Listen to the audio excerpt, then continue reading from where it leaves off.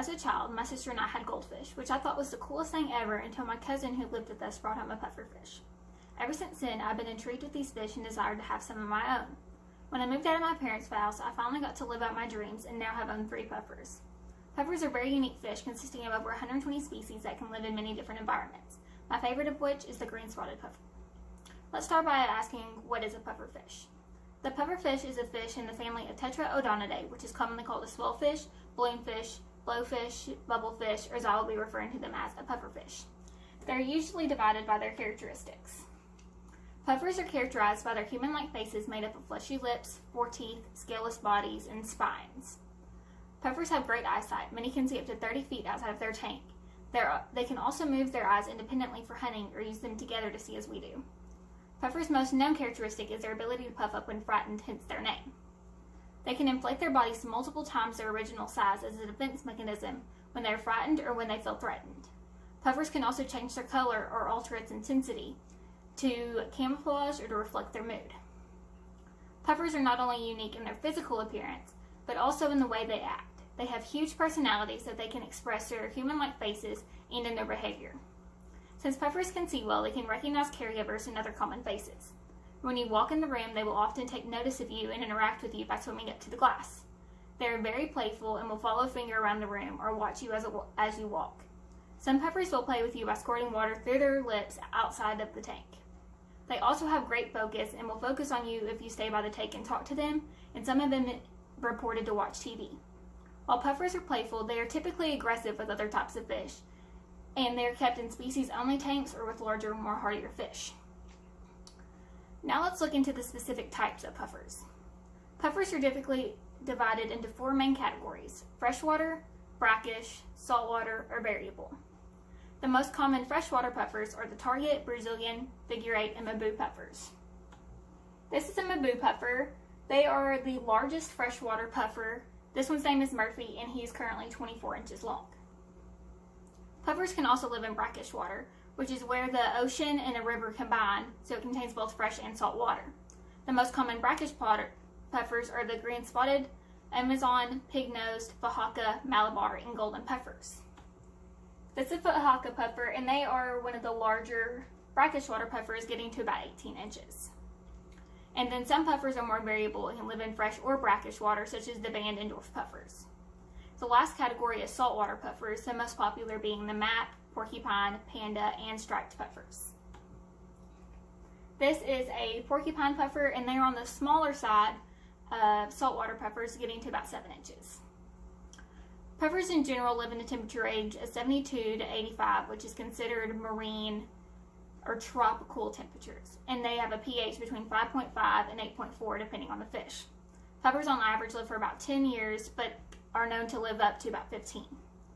Freshwater puffers tend to be smaller, typically between 1 and 6 inches, but the Mabu, as we saw, can be up to 24. Saltwater puffers tend to be on the larger, typically growing over 2 feet, but can be as small as 5 inches.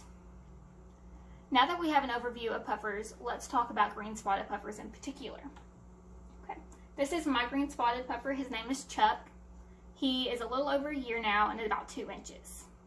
In brief, green-spotted puffers are a type of brackish puffer that are usually 6 to 7 inches as an adult, living on average 15 years. Now that we know about the generic species, let's explore the specific characteristics as we discussed earlier. Green-spotted puffers, as the name suggests, have vibrant green bodies with dark green spots or black. They have stout, round bodies with a small mouth, fleshy lips, and slightly bulging eyes. These puffers, like all puffers, are scaleless, have the ability to puff up, have 4 teeth that can rarely be seen, and have spines. They are omnivores, eating both meat and plants. They love to eat bloodworms and brine shrimps and to help keep their teeth healthy and short. So this is Chuck eating some bloodworms. They're his treat. So at the size Chuck is, he can only eat these smaller foods, but as they grow bigger, they will also be able to eat snails and clams to further aid the shortening of their teeth. Green-spotted puffers have the ability to change the intensity of their color to portray their mood and if they are ill. In my personal experience, the most common cause of a muted color is in the morning right after the tank light turns on. Puffers like to lay at the bottom of the tank when they sleep, and just like humans, they're not very happy in the morning. But then the other common cause is when the fish is hungry and typically if they are ill, the color will be the darkest. So this is a ill puffer. Whenever they go up to the top, they require a lot of oxygen, so they go up to the top when they're ill, and this dark coloration is typically not there. And then this is a sleeping puffer. So in the morning, this is where they'll be. They'll kind of have their tails curled in, and typically this will be dark, and their green will be a lot more muted. Okay, green-spotted puffers are known to be more aggressive and are rarely kept in community tanks due to this, but have a very playful nature when in a healthy, non-threatening environment. Like most puffers, they have amazing eyesight, and they love to interact with their caregivers. My puffer loves to swim to the front of the tank when I'm in the room and can focus on me when I talk to him. Chuck will also beg for food and he knows where I keep his food, so anytime I go to the refrigerator, he thinks he's going to be fed, which is false. But they are also very playful with other puffers if they are of specific gender. So if it's a male, they typically are very aggressive with other males, but typically kinder to females due to mating. Green-spotted puffers are one of the over 120 species of puffer fish. These fish are full of quirks and unique characteristics, but their fleshy appearance, ability to puff up, and huge personalities. Puffers are also unique in the variety of environments they can live in. I hope I've been able to shed some light on these fish that have interested me for over 10 years and bring me so much joy, and maybe inspired you to look into these unique fish. I would like to thank Elliot Lang, Corey McElroy, National Geographic, and Animal Planet for these sources.